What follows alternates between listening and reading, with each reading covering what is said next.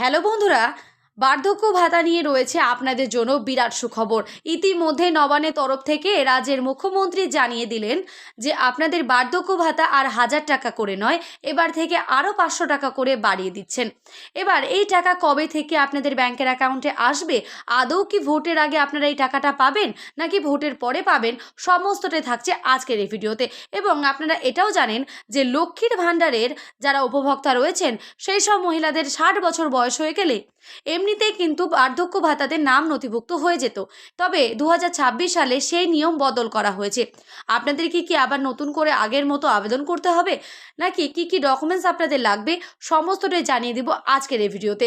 তার জন্য ভিডিওটিকে স্কিপ করবেন না, প্রথম থেকে শেষ পর্যন্ত দেখতে থাকুন। ভিডিওটি ভালো লাগলে অবশ্যই লাইক করবেন, সাবস্ক্রাইব করে চ্যানেলটির পাশে থাকবেন নিত্য রকম আপডেট ভিডিও পাওয়ার জন্য।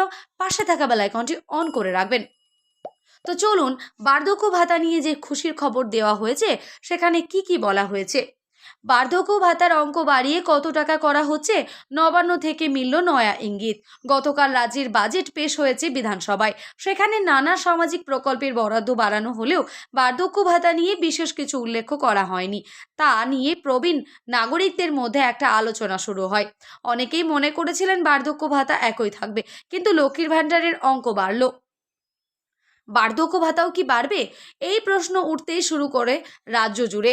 60 বছর পর্যন্ত যারা লক্ষ্মীর ভাণ্ডারের সুবিধা পাচ্ছেন তারা বয়স পেরিয়ে গেলে একই সুবিধা পাবেন।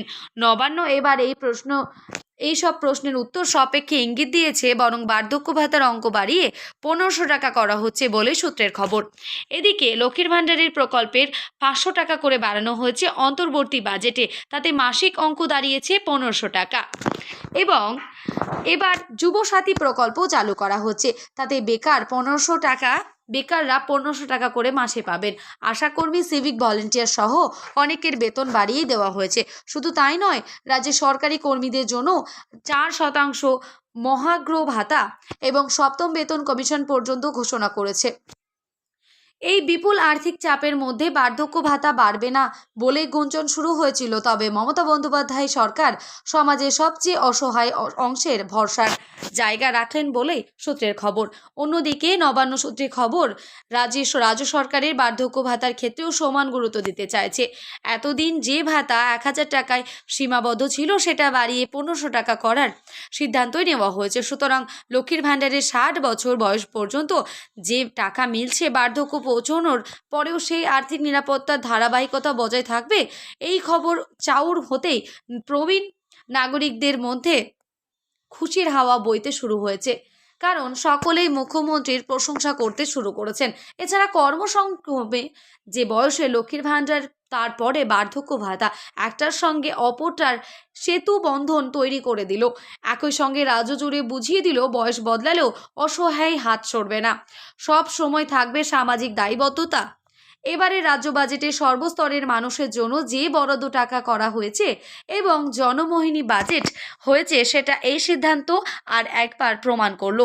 এখনকার বাস্তবতায় লক্ষ্মীর ভাণ্ডার বৃদ্ধির পাশাপাশি বার্ধক্য ভাতার অঙ্ক বাড়ানোর সিদ্ধান্ত প্রকাশ্যে আসা স্বস্তির নিঃশ্বাস ফেলেছেন প্রবীণ নাগরিকরা। সুতরাং এক প্রকল্পকে শক্ত করতে গিয়ে অপরটাকে দুর্বল করার পথে হাঁটল না রাজ্য সরকার। আশা করি বুঝতে পারলেন যে যুবসাথী প্রকল্প, সেই প্রকল্পেও কিন্তু 500 টাকা করে বাড়ানো হয়েছে, মানে 1500 টাকা করে আপনারা প্রতি মাসে পাবেন। এটা একদম নিউ প্রকল্প, মানে নতুন প্রকল্প।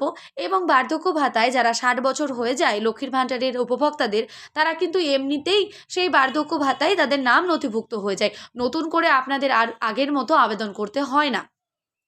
এবং সেখানেও কিন্তু আপনারা 1500 টাকা করেই পাবেন, 1500 টাকা করেই পাবেন। এবং লক্ষ্মীর ভাণ্ডারেও একই টাকা থাকছে। তার সাথে আরও বেশ কিছু, যে যারা চাকরি করছেন বা সিভিক ভলেন্টিয়ার থেকে শুরু করে আশাকর্মী, তাদের প্রত্যেকের কিন্তু বেতন বাড়ানোর কথাও তিনি ঘোষণা করে দিয়েছেন। আর শুধু 4% বেতন কিন্তু আপনাদের বাড়তে পারে। আশা করি আপনাদেরকে আমি সমস্তটাই বোঝাতে পারলাম। যদি কারো বুঝতে কোনো সমস্যা থাকে আমাকে কমেন্ট বক্সে কমেন্ট করবেন, আমি চেষ্টা করব তার রিপ্লাই দেওয়ার। দেখা হচ্ছে নেক্সট কোনো ভিডিওতে। ততক্ষণ সুস্থ থাকবেন, ভালো থাকবেন।